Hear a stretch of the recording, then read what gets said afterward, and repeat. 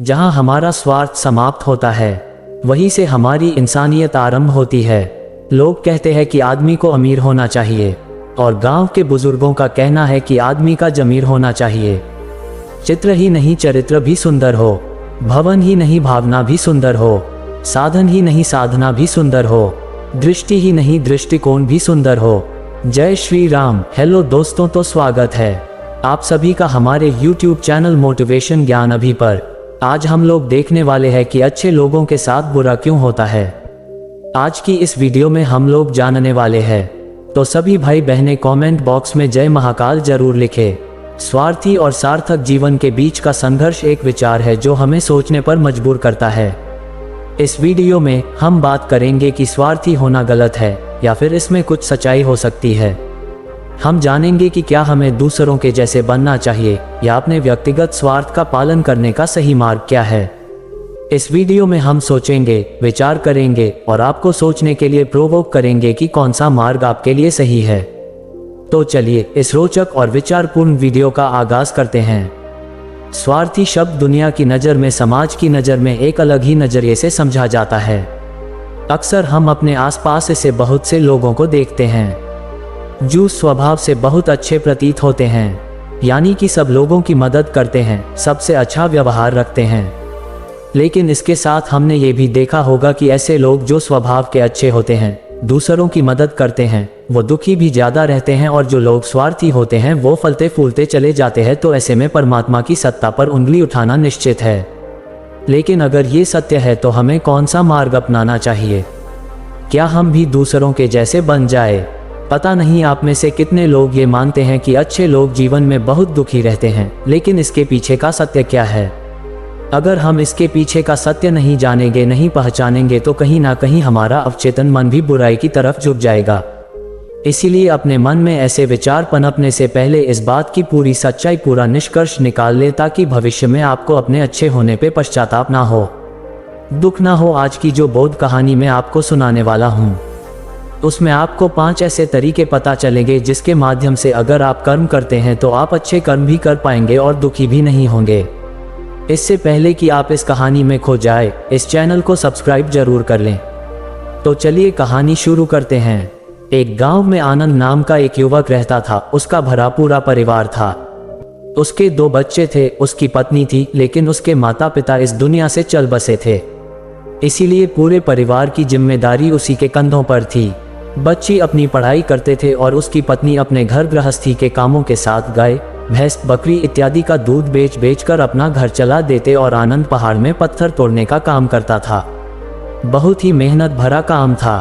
पूरे दिन काम करता तो रात को थक कर घर पर वापस लौटता। लेकिन इतनी मेहनत करने के बाद भी अगर आनंद को गांव का कोई भी आदमी मदद के लिए बुलाता तो आनंद कभी भी मना नहीं करता था। उसके जीवन का एक ही सिद्धांत था, अगर मैं दूसरों की मदद करूंगा तो परमात्मा मेरा साथ देंगे, परमात्मा मेरे साथ कुछ बुरा नहीं होने देंगे। आनंद अपने इस सिद्धांत का पालन बहुत ही कड़ाई के साथ करता था। वही सिद्धांत पर इतना विश्वास करता था कि अगर कोई बाहर का आदमी उससे मदद मांग ले तो वो अपने घर का काम भी अधूरा छोड़कर उस आदमी की मदद करने के लिए पहुंच जाता था, जिसकी वजह से उसकी पत्नी बहुत परेशान रहती थी। वो अक्सर आनंद को समझाने की कोशिश करती थी कि सबसे पहले अपना काम करो, अपने परिवार को देखो, 2 बच्चे हैं हमारे और फिर भी तुम दूसरों के काम करने में लगे रहते हो। अरे अपने घर को तो संभालो, अपना घर संभल नहीं रहा, दूसरों की मदद करने चले हैं। और जब ऐसी बातें आनंद के कानों में पड़ती तो उसके हृदय में कांटा चुभने लगता था और उन दोनों में लड़ाई झगड़ा शुरू हो जाता था। अक्सर उनके लड़ाई झगड़े का यही सबसे बड़ा कारण होता था। लेकिन ना तो आनंद अपने आप को बदल पाया और ना ही उसकी पत्नी ने उसको समझाना कभी बंद किया। इसी वजह से आए दिन उनके घर में क्लेश होता रहता था। जहां तक उस गांव वालों की बात थी तो वो आनंद के स्वभाव को जानते थे, और वो जानबूझकर जो काम आसान भी होता था, जो उनके सामर्थ्य में भी होता था, उस काम के लिए भी वो आनंद को बुलाते थे ताकि उन्हें कम मेहनत करनी पड़े। कहने का अर्थ ये है कि गांव वाले आनंद की इस भलमनसाहत का फायदा उठा देते, लाभ उठा देते और सब पीछे से उसका मजाक उड़ाते थे, उसे बेवकूफ़ कहते थे। ऐसे ही समय भी तरह और एक दिन आनंद की पत्नी बहुत ज़्यादा बीमार पड़ गई। आनंद से जो कुछ भी सेवा हो सकती थी उसने वो सब अपनी पत्नी के लिए किया। उसने गांव के वैद्य को बुलाकर अपनी पत्नी की जांच करवाई, लेकिन ये रोग उस वैद्य की पकड़ के बाहर था। इसीलिए उस वैद्य ने कहा कि तुम अपनी पत्नी को नगर में जाकर किसी बड़े वैद्य को दिखाओ तो तुम्हारी पत्नी की जान बच सकती है। जल्द से जल्द नगर पहुंचने की व्यवस्था करो, नहीं तो तुम्हारी पत्नी के प्राण संकट में हो जाएंगे। ये सुनकर आनंद की पैरों तले जमीन फिसल गई। उसने ये नहीं सोचा था कि उसकी पत्नी के प्राण संकट में है। वह सोच रहा था कि कोई साधारण सा रोग होगा जिसका इलाज हो जाएगा। लेकिन जब उसने वैद्य की ये बात सुनी तो वो घबरा गया। अब पत्नी को नगर तक कैसे लेकर जाएं? क्योंकि उसके पास इतना धन नहीं था कि वो अपनी पत्नी के लिए एक घोड़ा गाड़ी करके उसमें अपनी पत्नी को लेटाकर नगर में ले जा सके।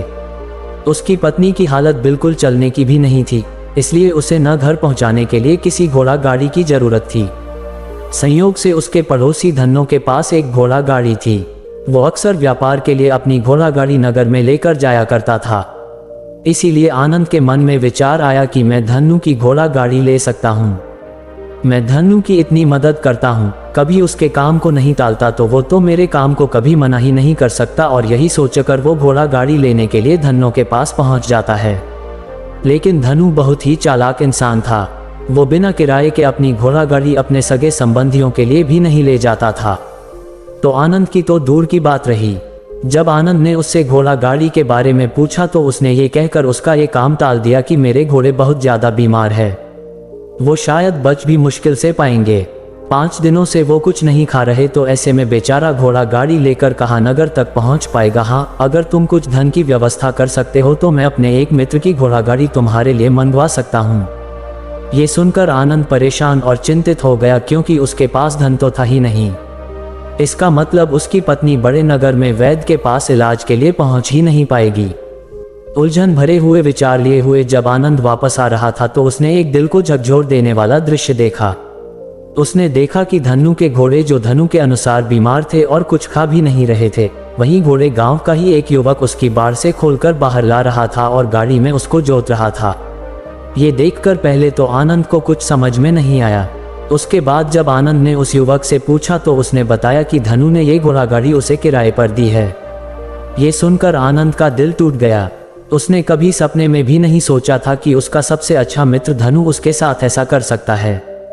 हालांकि ये इस बात पर दुखी होने का वक्त नहीं था, इसीलिए आनंद वहां से जल्दी से लौट जाता है और गांव के ही एक सेठ के पास जाकर कुछ धन उधार लेकर धनु को दे देता है।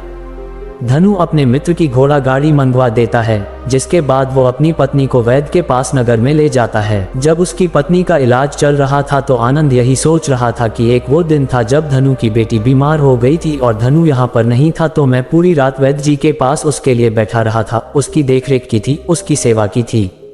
इतने दिनों तक धनु नहीं आया था, तब मैं ही उसके परिवार की देखरेख किया करता था।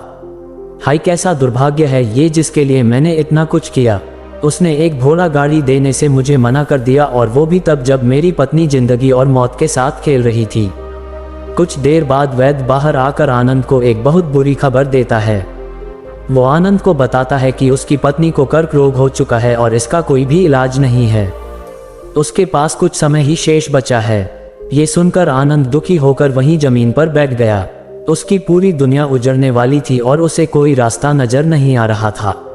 कुछ समय बाद उसकी पत्नी चल बसी और अब दोनों बच्चों की जिम्मेदारी उसके कंधों पर आ गई थी। लेकिन यहाँ पर आनंद के सारे सिद्धांत टूट चुके थे, उसके सारे भ्रम खत्म हो चुके थे। अब उसके दिमाग में एक ही बात थी कि अच्छा कर्म करने से परमात्मा साथ नहीं देता, बल्कि बुरे लोग फलते फूलते हैं, और इस बात का मैं सबसे बड़ा गवाह हूँ। ये विचार अक्सर उसके दिमाग में चलते रहते थे और इसी वजह से उसका मन धीरे धीरे संन्यस्त हो गया, देश दुनिया से दूर हट गया। और एक दिन ऐसा भी आया जब वो अपने बच्चों को अपने रिश्तेदारों के पास छोड़कर इस देश दुनिया को त्याग कर एक सन्यासी बनने के लिए घर से निकल पड़ा। उसने गांव में किसी को कुछ नहीं बताया। किसी को नहीं पता था कि आनंद अचानक कहाँ गायब हो गया। सन्यास की दीक्षा लेने के लिए वो एक बौद्ध भिक्षु के पास पहुंचता है। बौद्ध भिक्षु उस समय ध्यान में बैठे हुए थे।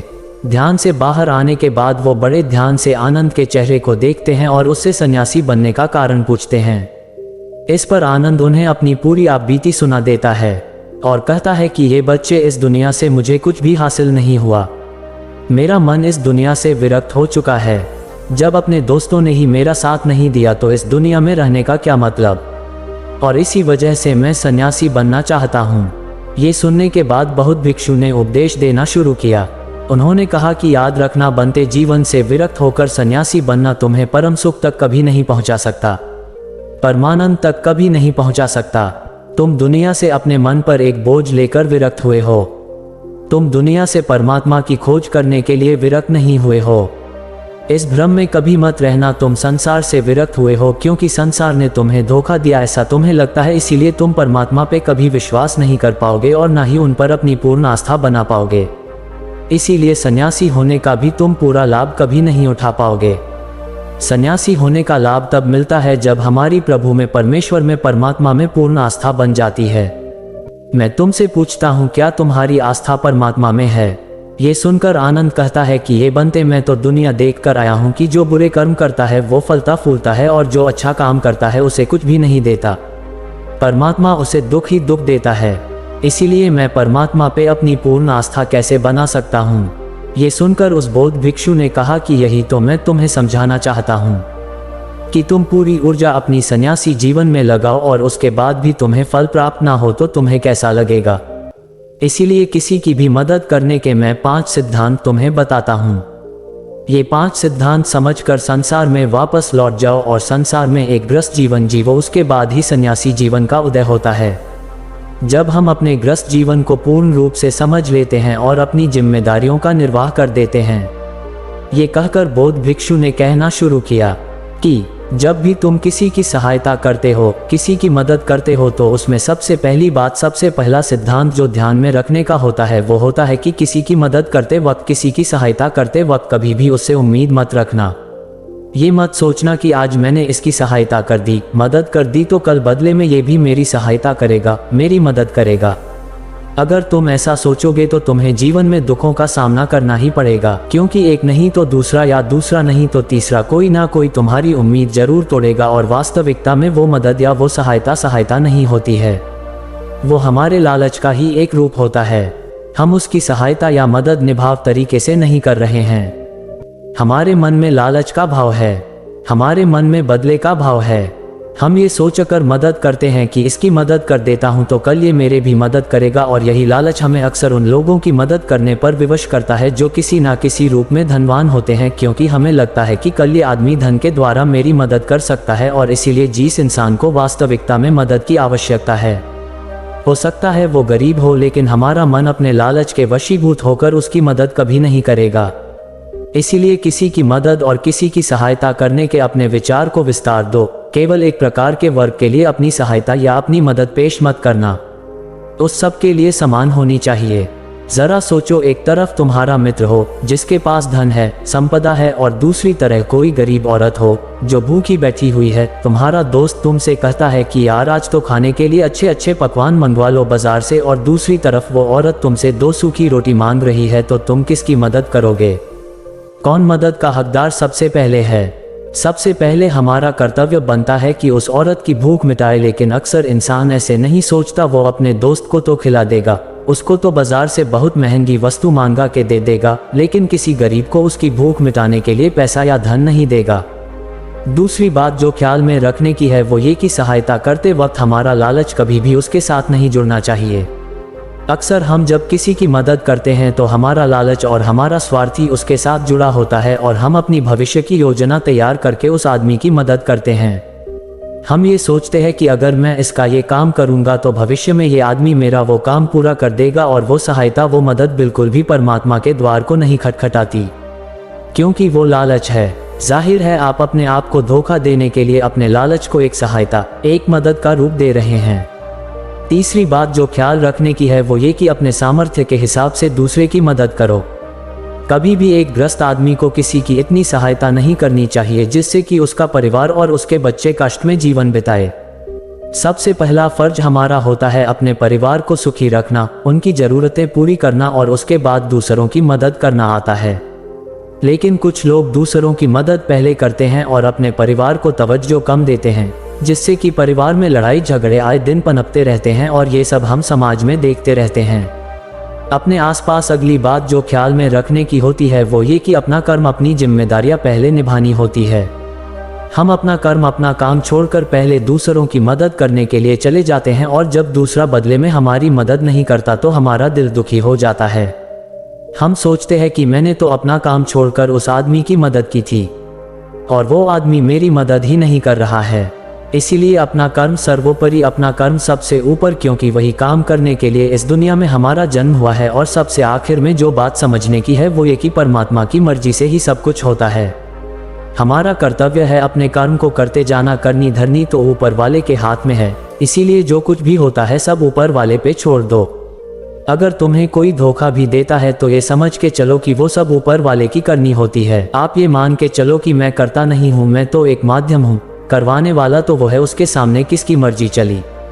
जब ये आस्था, ये विश्वास हमारे मन में पनपने लगता है तो हमारी सारी शिकायतें दूर हो जाती है, क्योंकि इस दुनिया में जो भी होता है अच्छे के लिए होता है। जो भी हो रहा है अच्छे के लिए हो रहा है और जो भी होगा अच्छा ही होगा। चाहे हमारी बुद्धि आज वर्तमान में इस सिद्धांत को ना समझ पाए, लेकिन जीवन में कभी ना कभी किसी ना किसी मोड़ पर आपको जरूर ये एहसास होगा कि जो हुआ था वो अच्छे के लिए ही हुआ था। इसीलिए सारी शिकायतें दूर कर दो और बस अपना कर्म करते जाओ। अपने ग्रस्त जीवन को पूर्ण रूप से झीलो और उसके बाद ही सन्यासी जीवन की नींव होती है। इसके बाद बौद्ध भिक्षु ने आनंद को कहा कि वापस अपने गांव लौट जाओ, अपनी बेटियों को वापस लेकर आओ, उन्हें बालों पोसो, अपने बच्चों को वापस लेकर आओ, दूसरी शादी कर लो, लेकिन बच्चों का पालन पोषण अच्छे तरीके से करो। ये सुनकर आनंद अपने बच्चों के साथ अपने गांव में वापस लौट आता है। गांव में किसी को खबर नहीं थी कि आनंद कहां पर गया हुआ था और वो क्या ज्ञान लेकर वापस लौटा है। लेकिन अगले दिन सुबह सुबह गांव वालों ने आनंद के चेहरे पर एक अलग ही आनंद, एक अलग ही आभा पाए। धन्यवाद, आपने इस वीडियो को देखा। इस वीडियो का मकसद था हमें ये सिखाना कि क्या स्वार्थ और दूसरों की मदद करने में संतुष्टि मिलती है।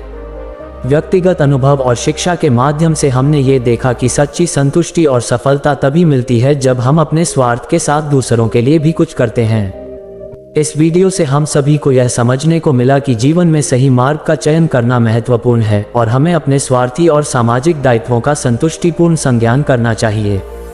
इस वीडियो को देखकर आपको सोचने के लिए मिला होगा कि आप अपने जीवन में कैसे सही मार्ग पर चल सकते हैं। और हमारे YouTube चैनल मोटिवेशन ज्ञान अभी को सब्सक्राइब जरूर करें। फिर से धन्यवाद और इस चैनल को सब्सक्राइब करना न भूलें ताकि आप हमारे नए वीडियो को देख सकें।